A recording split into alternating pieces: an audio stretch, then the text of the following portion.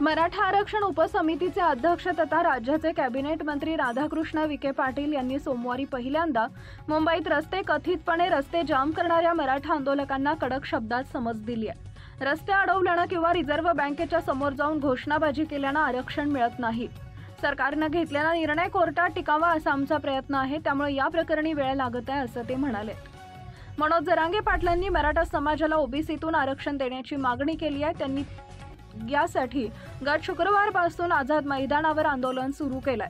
त्यांच्या आंदोलनाचा आज चौथा दिवस आहे, त्यामुळे संतप्त झालेल्या मराठा आंदोलकांनी आज रिझर्व्ह बँकेपुढे जाऊन घोषणाबाजी केली।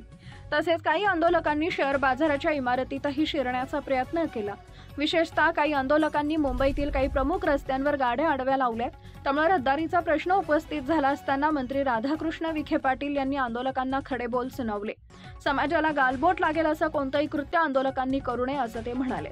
मराठा बांधव आपल्या भावना व्यक्त करण्यासाठी मैदानात येत असतील तर त्यात काहीच गैर नाही, पण त्याशिवाय इतर जाऊन दैनंदिन जीवन विस्कळीत करण्याचा प्रयत्न केला जात असेल तर त्यामुळे समाजाची बदनामी होते, याचं भान सर्वांनी ठेवलं पाहिजे।